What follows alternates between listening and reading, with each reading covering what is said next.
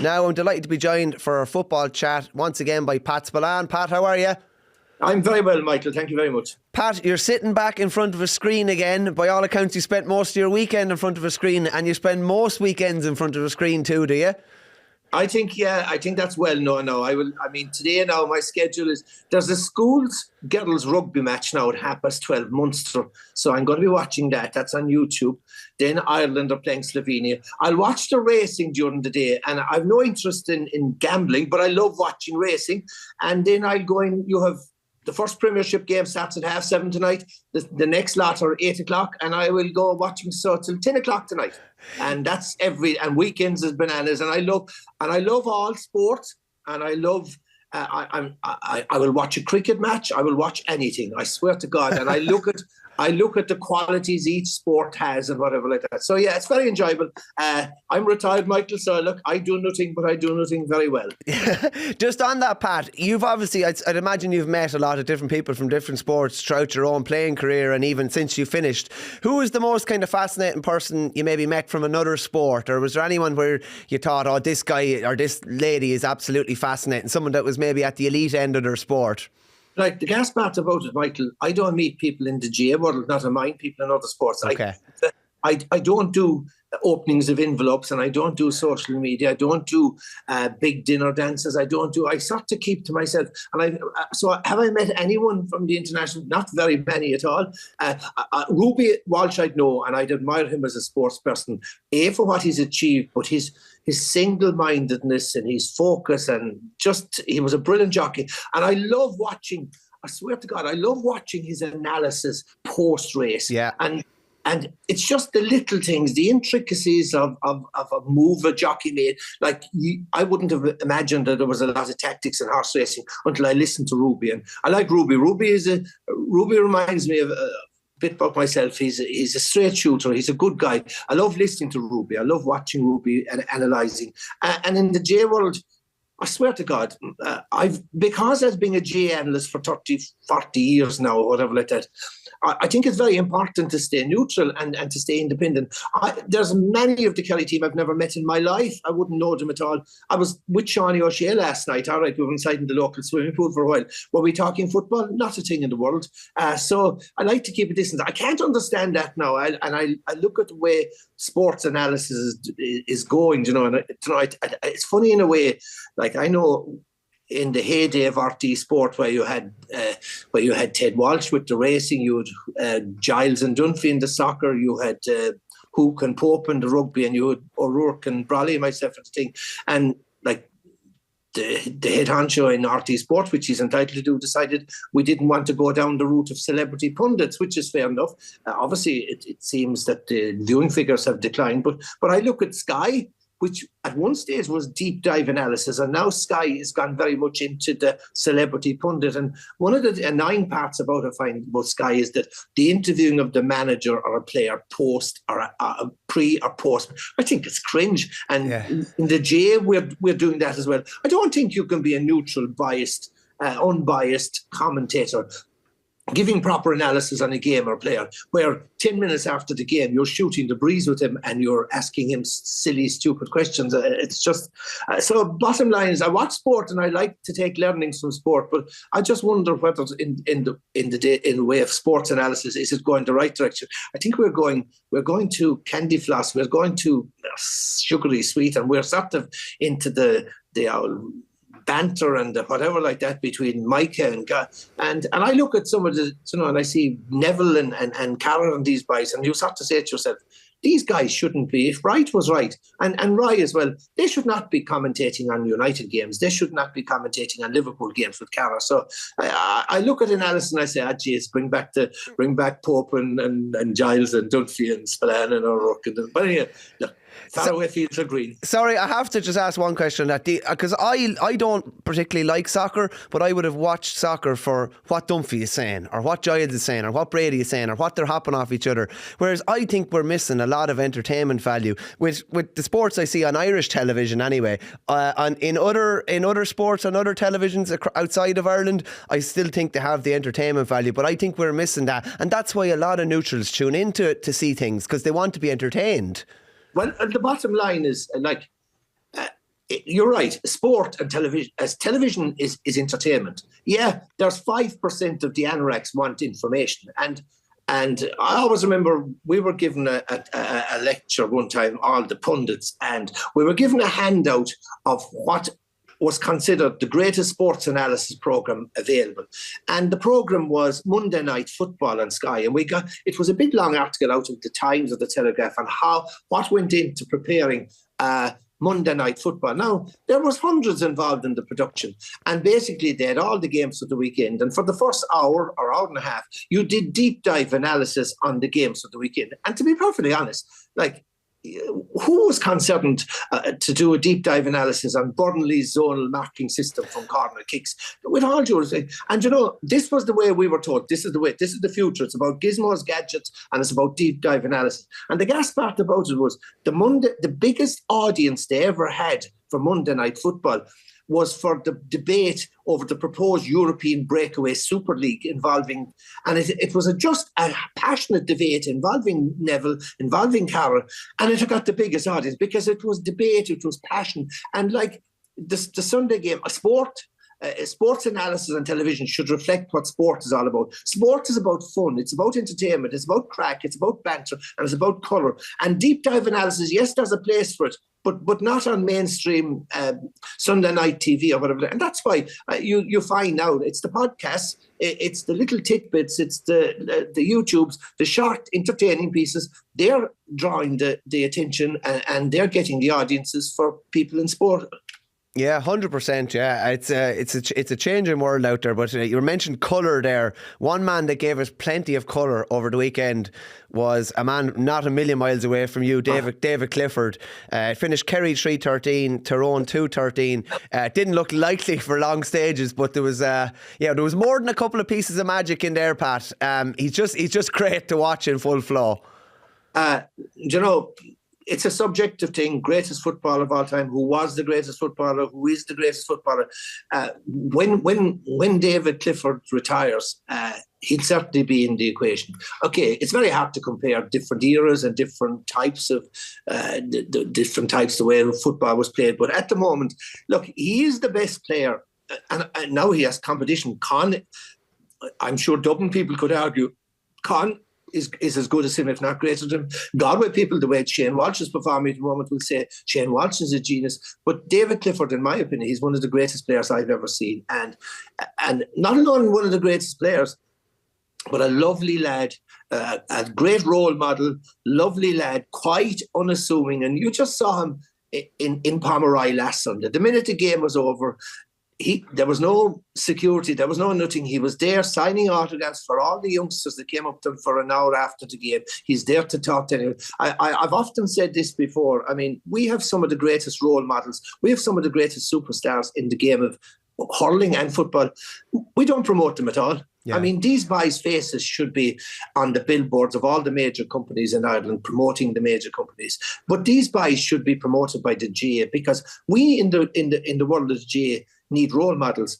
But we don't know, the youngsters don't know the role models in the GAA world, because the footballers and hurlers are never on screen. They're never in company advertisements. They're never interviewed on TV pre-match and rarely post-match. So we need to do, but David Clifford, like his performance last week, there's no doubt about it, and the lads tell me from training, he's got a 4-month break. That's the first time he's ever had a break in intercounty football. And he's come back leaner and fitter. I've never seen him as lean, as fit as last Sunday. But everything about him as a footballer, his vision, his balance, his ability to create space, his use of the right, the left, the dummy hop. I mean, he scored 3-3 last week, 3-1 from play. It should have been 5-3, because bear in mind, one shot went off the crossbar and Niall Morgan scrambled another goal-bound shot off the line.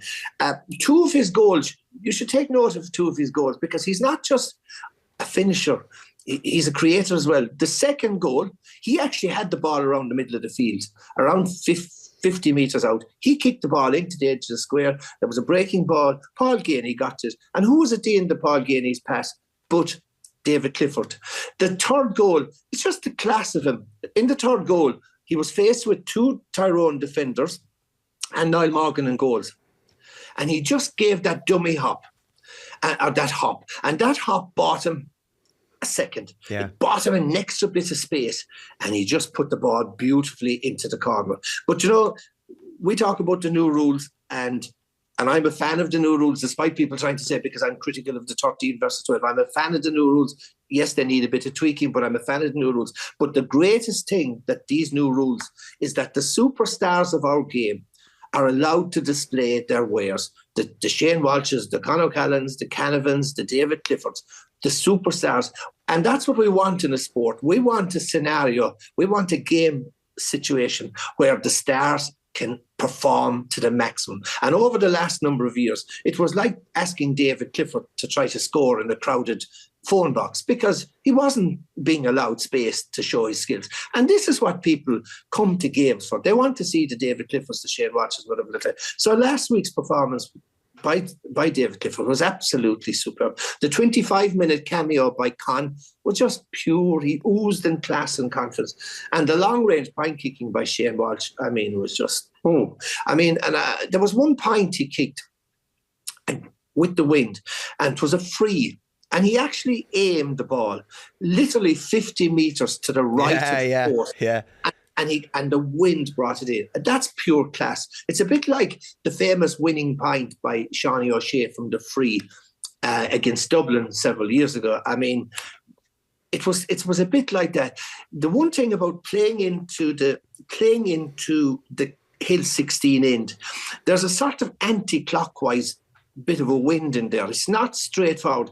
So Seanie, I remember that day, because he's such a genius as well. Seanie aimed to the right of the post, bringing that anti-clockwise wind, would do the rest and bring it in. So no, David Clifford, what a class act, what a great role model, what a superstar. You're right as well about the new rules do put an emphasis on the star players will get a chance to shine, and on the flip side of that as well, the star defenders will get a chance to shine. Dermot Murtagh was probably the most informed player in the country, and Donald Keoghan gave an absolute exhibition. Any clips I saw, he was fantastic, and one of the most unheralded players in the country, just because Meath have probably been going through a bit of a barren spell, but we'll get to that in a minute. That was a big win for Kerry, particularly after blowing that big lead against the Dubs. Well, Michael, a week is a long time in politics, and a week is a long time in football as well. And Kerry people do emotions like a roller coaster. We're high after a victory and absolutely in the depths of despair after a defeat. We were on a high after beating Derry, which was a smash and grab raid. We were on a low with a very poor performance against Donegal, a very poor performance second half against Dublin. And some of the criticism that I'm always levelling at Kerry, I think we talked about it maybe here in the programme last week, their game management in the last quarter of all the big games is so poor. Lack of composure, lack of leadership, poor game management. They went down to 13 men last week.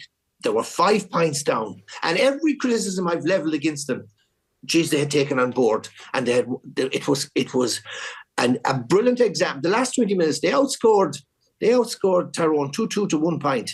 Their game management was brilliant. They kept the possession, never took the ball into contact, never forced turnovers. Their composure on the ball was brilliant. Their ball winning at midfield was good. Diarmuid O'Connor, Barry, Dan O'Sullivan. So it was an excellent performance, because they are the sort of games. They've had 2 victories away now against Derry and Tyrone. And in both occasions, in the last quarter, Derry and Tyrone were on top. It was 15 against 13. Tyrone had 2 extra men and a 5-point lead, and Kerry came back to beat them. So it was a great performance. Some interesting stats from it, Okay, it's interesting that, game management is a criticism we have of Kerry. That's number one. Second criticism we've had of Kerry over this particular Kerry team over the last number of years is their lack of goals. They're scoring goals in this year's league. They've scored 10 goals in this year's league. It's gas in the way. They've scored more goals in the 3 rounds than 2-pointers. They've scored 10 goals and they've scored 6 2-pointers. So scoring goals, good game management, good composure. They've introduced a lot of youngsters they've brought on. I think they've used 30 plus players in their 3 matches, which is quite a lot. If you delve into, they're far from the finished article. 5 starting, David Clifford, outstanding forward display aside, the 5 starting forwards got 2 points from play between them. They didn't create, they certainly didn't score any 2-pointer. Now, in the present conditions with the wind and with the good teams now the cute managers are now, like with Galway, they're setting up the good 2-point shooters in shooting positions, and Shane Walsh is getting into position. Conor O'Callaghan, Kerry had no 2-pointer last week, but look, funny enough, and the third criticism, I was surprised by this. They have the worst defensive record in Division 1. Okay, Tadhg Morley has been out, Gavin White isn't back yet, and Tom Sullivan was injured last week. They're a bit limited in terms of defenders, but you're right. You refer back to the performance of Donald Keoghan, and I think we spoke about it last week. What sort of new players are required that were sort of rendered obsolete? The big 6'4" midfielder is back because you need a primary ball winner at midfield. The Paul Gallivan type scrapper for the breaking ball is back, and the man marker is back. And certainly Donald Keoghan's performance last week was superb. Johnny McGrath, who I think up to is the best man marker in the game, and he was brilliant last year. Johnny McGrath gave a masterclass on Oisín Connaughton last weekend, and Kerry have a new defender. And now they threw him in at the deep end against Dublin and Croke Park last year, a fella called Damien Burke. And geez, if you can remember, Dublin annihilated Kerry in that first half. But he's back again, and he's he's not a big guy, but he's one of these traditional sticky man-marking defenders, tight tackling men. And he's been a find with Kerry in defender. So the man marker is essential. And do you know where you saw it last week about the lack of man markers or the sort of dependence on the old system? And Derry against Dublin. Like, one of the problems with the new rules is that given the weather conditions over the opening 3 rounds, I still think we haven't really got a good picture of how the new rules will work and how good they will be. Because remember, over the 3 rounds, the weather conditions between wind and rain and atrocious underground conditions, it's very difficult to play good football. It's very difficult to kick long ball. Like, I look at it something like the advanced mark, and I'm not sure, maybe somebody will tell me, if there was 1 or 2 advanced marks taken and scored in last week's round 3, I'd be shocked and surprised. Yeah. You know, I don't think there was any. So, but the one example of where coaches will have to change was the Derry-Dublin game. And the Derry-Dublin game last Saturday was one of those rare games in the 3 rounds of the league that were played in absolutely perfect ground conditions. Croke Park was immaculate. Not only was it played in perfect ground conditions, there was no wind. It was ideal playing conditions.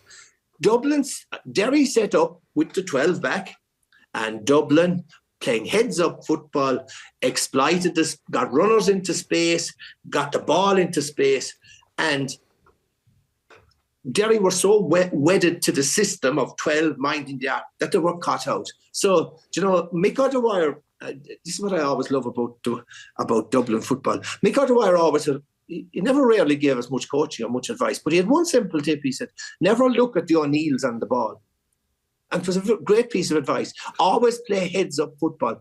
And that's what Dublin always play, heads-up football. They played heads-up football against Derry last week. Derry were stuck in the 12. Because Croke Park is a big pitch, because there was perfect conditions, Dublin just exploited the space all around the 12. And I mean, they scored at one stage. They got 1-10 without reply in an amazing exhibition. Yeah, and we mentioned about star players coming to the fore. Sean Bugler has definitely put his hand up as one of these potentially star players and potential kind of new leader of this team as well. We won't focus too much more on Dublin and Derry because it was a comprehensive win for Dublin in the wind-up. But you mentioned Shane Walsh. If ever a player was exploiting the new rules and his manager is using him to exploit them where possible at all, like the 2-point arc is made for him. Left or right, he can bring it inside or bring it back outside. He can do it off left, he can do it off right, and he's thriving at the minute.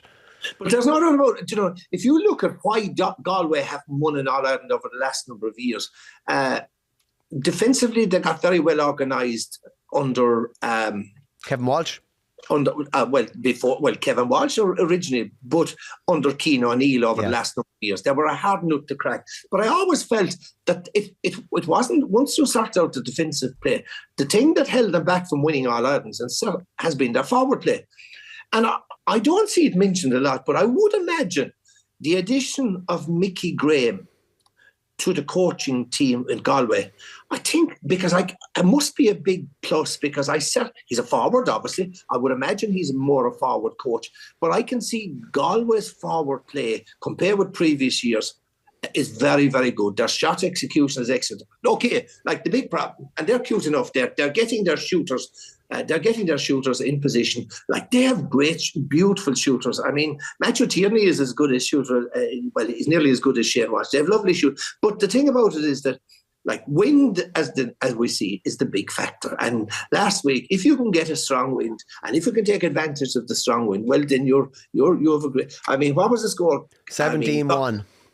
17-1 and 7 2-pointers, do you know? And Donegal, it's gas in a way. Donegal's failings against Galway last Sunday were pretty similar to their failing to defeat Galway in the semi-final last year. And which is unusual. Okay, Donegal aren't really interested in winning the league, but their shot execution again left them down against Galway last week. Do you remember in the second half against Galway in the semi-final last year, it left them down? Last week, their shot execution was less than 50%, which is not good. No. But the thing about Donegal, and I'll get back to Galway, the thing about Donegal is that I think they're a team who are not set up to chase a game. Yeah, I'd agree with you, Pat. Yeah, they're front runners. They're front runners.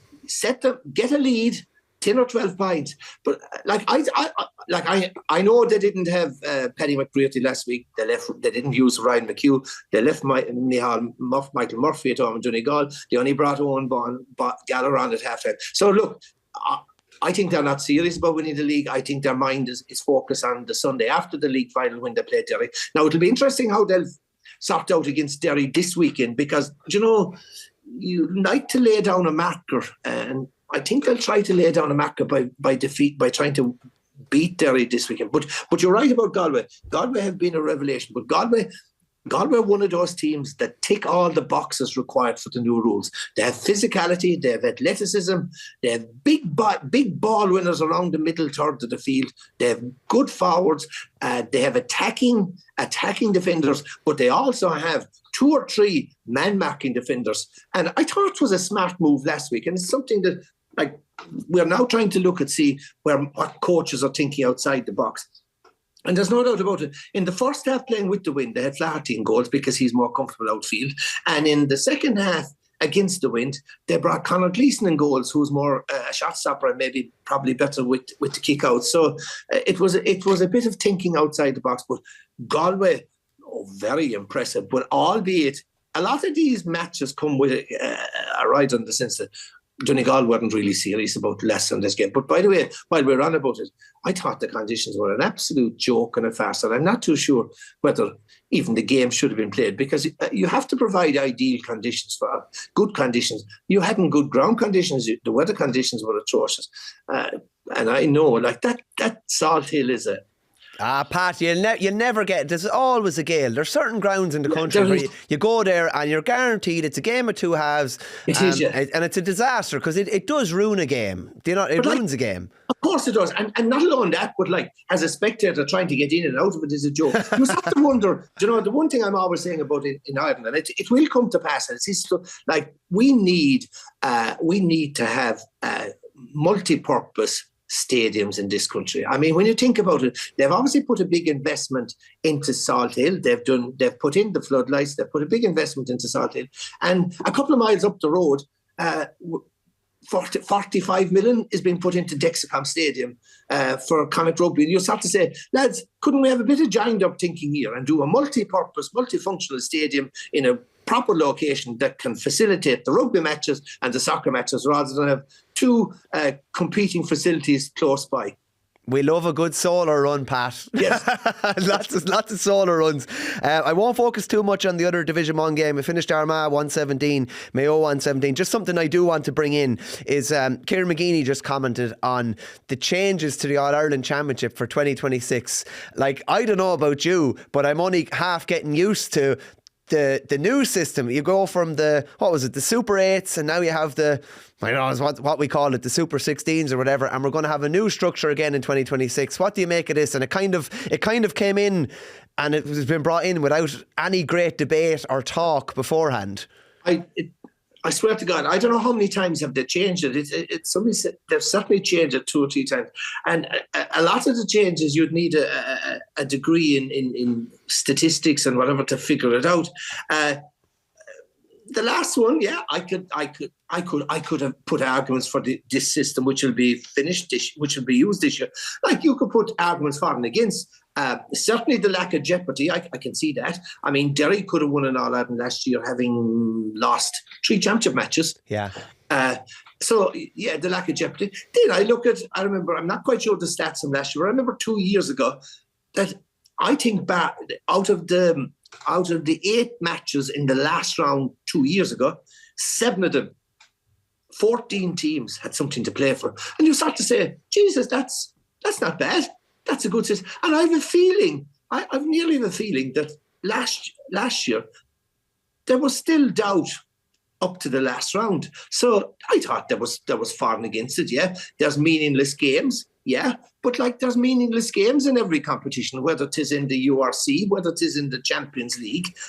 Meaningless games are going to happen. Like, this system is the system that's used in the Kerry County Championship. Now, it'll mean 1 game less, but it's a good system. I like it. But then you're reducing the number of games. And this is my argument all the time. I think we need more county games than less county games to drive, because county games drive the profile. County games and its players drive the profile of the games. County games bring in revenue for the association, which is funneled back down to coaching and infrastructure, whatever like that. So I'm not too sure. I think we're cutting. Am I as agitated about it as McGeaney? It was not really. I just shrugged the shoulders and said, right, we'll see what happens. And if 'tis good, 'tis good. And if 'tis bad, in 2 years' time, they'll be changing again. It's just a matter of you're starting to get used to something, and then it changes. That's probably the annoying thing. And we're not going to go into the split thing, because it's a split season, but I can see why. I can see the benefits of the split season with certainty for club and county. But I've always proposed, because I think I've always said, and I've said it so many times in my Sunday World articles and all the articles I talk about, that for 6 months of the year, we take our 2 main products, inter-county hurling and inter-county football, out of the shop window for 6 months, and we give over free space to the rival sports, who, as we can see with the growth and interest in League of Ireland soccer, which is a huge growth in rugby, they are taking full advantage of it. My simple remedy to ensure certainty and to ensure high profile all year round, I would have a club hurling season and an inter-county football season running the first 6 months, and the following you do the opposite. So you should have an inter-county hurling first 6 months, inter-county football second 6 months, the following year flip around, and the same with club. And that would mean you'd have club matches all the year round, with obviously, but you'd have, more importantly, high-profile inter-county matches, either in hurling or in football, all the year round, to ensure that the GAA keep its high profile. Because the GAA is, we can see the numbers are going down.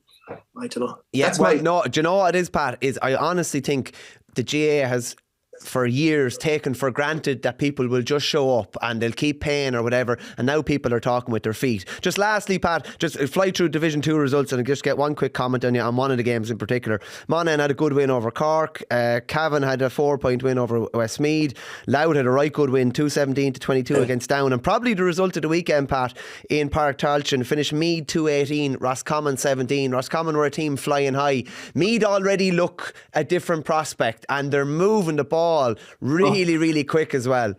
I watched the highlights again last night, but of course, here's the difference. What's the problem? So Roscommon played with the wind in the first half. The key, obviously, now with the 2 pointers is you have to take advantage of the wind. Roscommon, after playing with the wind in the first half, were only 4 points up against Meath. Yeah. That was never going to be. We know Roscommon have the forwards; they have brilliant forwards, but remember, they're missing the Dailies, they're missing Murray. They're weak enough in the backs. But this Division 2 is turning into be not alone high scoring, great football, and you have huge matches coming up. And Monaghan had been a revelation because I thought they'd been in transition for many years. Meath, you'd say, it will take a couple of years for Robbie Brennan to start out. You have a huge relegation battle this week, or promotion relegation. Cork and Roscommon. Roscommon need to win to stay in the promotion race. Cork need to win to stay out of relegation. It's fascinating, and there's great football being played in it. Like some of Monaghan are shooting the lights out.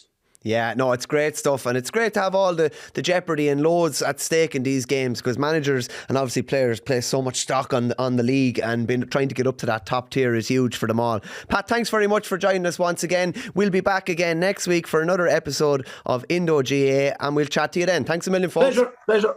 Thanks, Pat.